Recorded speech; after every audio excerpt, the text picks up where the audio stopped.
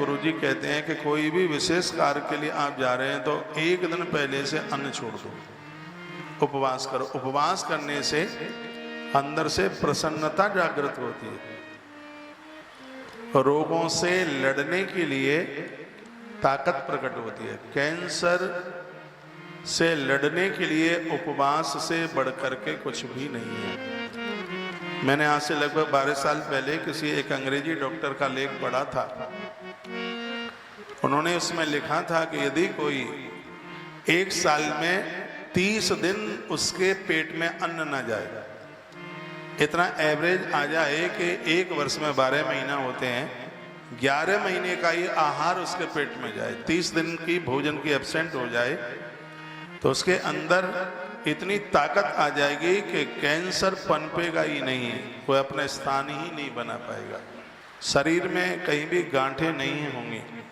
उपवास की बड़ी महिमा है। कोई आप व्रत करते हैं तो व्रत करते हैं तो जिस दिन व्रत है उसी दिन उपवास नहीं, आधा दिन पहले से अन्न छोड़ दीजिए। कल की एकादशी है, दशमी की शाम को भोजन त्याजित कर दीजिए। कल का मंगलवार है, सोमवार की शाम को भोजन न लें। कल और कोई व्रत है तो एक रात्रि पहले से अन्न छोड़ दें।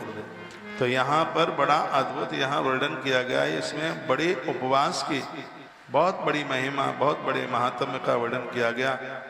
तो गुरुजी राम जी को कहते हैं कि राघव आप तैयार हो जाइए, राम करो सब संयम आजू, जो विद कुशल निभाई हो काजू। राम वो सब कुछ करना है, उपवास करना, हवन करना, संयमित रहना, धरती में सोना है। आज विधाता आपके पक्ष में है। गुरुजी शिक्षा देकर राजा दशरथ जी के पास चले गए।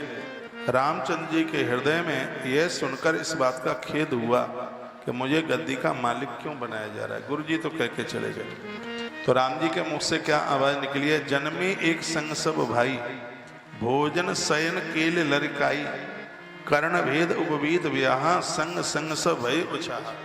हमारा जन्म संग संग हुआ, पाले पोसे बड़े हुए, यहाँ तक हमारा कर्ण छेदन भी एक ही संग हुआ, यहाँ तक हमारा विवाह भी एक ही संग हुआ। चारों भाइयों का विवाह एक साथ हुआ, तो राज्य अकेले राम को क्यों? यही राम की महिमा। राम कहते हैं मेरे लिए कुछ भी अलग से बिल्कुल नहीं होना चाहिए। आज का भाई कहता है दूसरे के लिए नहीं, सब कुछ मेरे ही लिए होना चाहिए। यही अंतर है।